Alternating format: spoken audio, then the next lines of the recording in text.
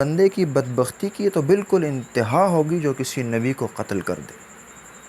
جس طرح کہ بنو اسرائیل اور یہودیوں کی عادت رہی ہے کہ وہ انبیاء کے قاتل ہوا کرتے تھے.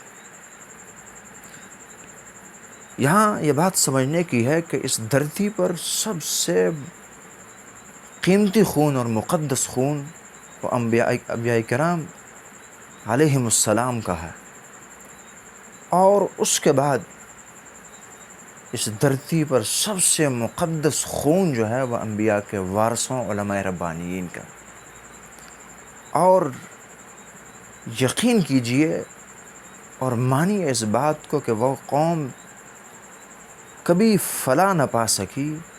تاریخ اس بات پر شاہد ہے کہ جو علماء ربانیین کا خون بہانے والی قوم ہو اور ان کے تقدس کا خیال نہ رکھتی ہو، وہ قوم، وہ ملت، وہ فرد کبھی عروج نہیں پا سکا جو انبیاء اور انبیاء کے وارثوں سے دشمنی رکھتا ہو.